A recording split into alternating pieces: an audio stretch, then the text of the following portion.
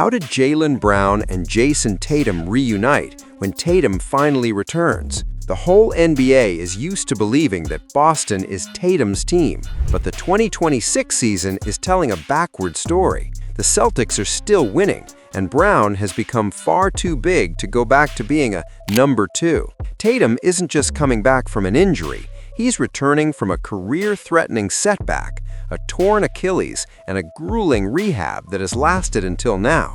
If you're into mini-documentary-style NBA storytelling that gets to the core of power dynamics, hit subscribe to the Hoops Ledger, because by the end of this video, I'll give you the answer. The 2026 Boston Celtics won't have to choose an alpha dog. They'll reunite by turning the throne into something else entirely. The end of your turn, my turn. There's Holiday trying to flash free. Tatum on the cut and the slam! The best thing that could happen to Jayson Tatum when he returns from injury, ironically, is that he won't need to hold the ball as much.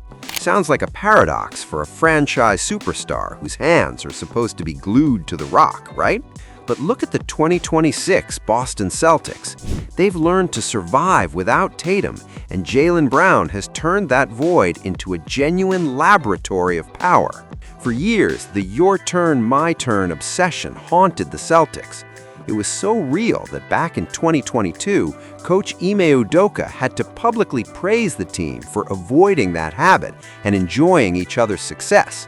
But 2026 is the real turning point. Brown isn't just playing the finisher anymore. He has evolved into an advantage-creating machine. The stats paint a clear picture. Brown is carrying a massive scoring load, averaging 29.4 points per game, and driving the Celtics to consistent wins with sharp court vision. He knows when to pierce the defense, when to draw the double team, and when to pass. This exact transformation from Brown is the key to unleashing Tatum. With Brown running the show, Tatum reverts to his most terrifying self, an elite off-ball finisher. Boston, Lakers trying to get back. Brown, the Euro, the flip, it's good! Picture a play. Brown drops his shoulder past his defender, dragging the second layer of defense with him. In the corner, Tatum is no longer standing still waiting. He cuts baseline. 1 beat, 2 beats. The ball hits his hands at high speed, and in the NBA, high speed means the defense has no time to think. Those points are no longer Tatum's turn. They are the inevitable byproduct of Brown's pressure. And when two stars naturally create points for each other, the concept of taking turns automatically dies. But without Jrue Holiday like the 2024 championship squad, who will poke at the biggest weakness of modern defenses, the switch-everything system? Inverted pick and rolls. White floats it. Tatum somehow makes the catch and scores! If you want to give an NBA coach insomnia, throw the Brown-Tatum inverted pick and roll at him. The concept of inverted here isn't a tactical gimmick, it's a deadly logical trap. People assume a pick and roll must be a guard and a center, so what's so scary about a wing setting a screen? A lot, because the modern NBA loves to switch, and switching means accepting a mismatch. The inverted PNR is how the Celtics slap that mismatch right in the opponent's face without any elaborate decoys. Imagine when Tatum has the ball and Brown sets the screen. If the opponent switches, a smaller guard is stuck on Tatum, while Tatum's bigger but slower defender is pushed onto Brown. Pick your poison. Do you watch Tatum shoot over the smaller guy, or watch Brown drive down like a sledgehammer to bully his man inside? What if they try to fight through the screen without switching? A new question arises. Who is fast enough to get around a wall of meat the size of Jaylen Brown? In this 2026 version, with both Holiday and Kristaps Porzingis gone, Boston lost its multi-threat framework. Out of necessity, all the power had to shift to the wings, and the strongest wings in the NBA have become a system all on their own. Steal. 5 seconds left in the half. Upstairs. This is where everything connects perfectly. Tatum is recovering from an Achilles injury. He he has started practicing with the Maine Celtics and moved up to 5v5 scrimmages. Even though his return is close, no one can be sure he'll instantly be the old Tatum. He needs simple, sharp decision-making situations without over-dribbling. The inverted PNR gives him that exact out. Read the mismatch, attack the mismatch, and finish. No more arguing over who the alpha dog is. When anyone can screen and anyone can finish, the power flows absolutely freely. But wait, there is still something scarier than a mismatch, and that is gravity, the defensive pull. And when you double that gravity, the entire orbit of the 2026 Celtics role players truly gets room to breathe. That will be the next story. The gravity multiplication. No one cares about consistency. The best way to test a true superstar is to see if he breaks a defense without the ball. That's gravity. This season, Jaylen Brown has created a violent kind of gravity, crashing into bodies, collapsing defensive shells, and making teams pay. To me, this is Brown's career year. The fact that the Celtics keep winning big without Jayson Tatum is clear proof of superstar-level gravity. Sure, the usual counterarguments are coming. Add Tatum back and where does the ball go? Spacing gets ruined. Role players vanish. That sounds logical, but only if both guys stubbornly hold the ball to survive. Picture a different, highly realistic NBA scenario. Tatum catches the ball at the elbow or in the post. Every defense's instinct is to collapse.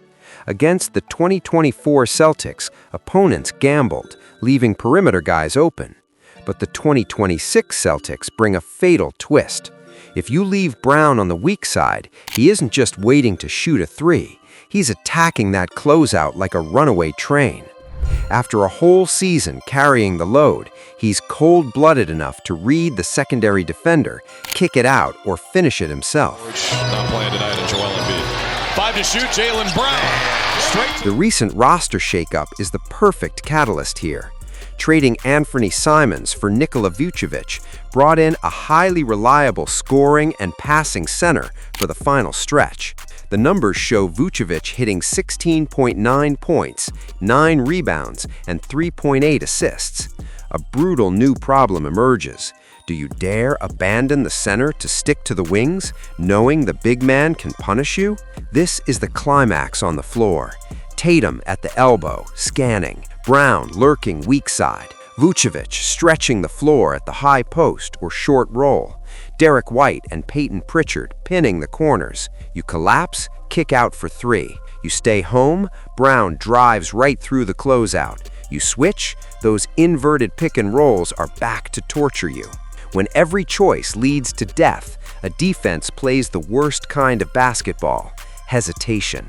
Brown and Tatum's gravity doesn't just add up, it multiplies. Each turns the defense's reaction into a kill shot for the other. But the Celtics don't just win by scoring, they win by suffocating.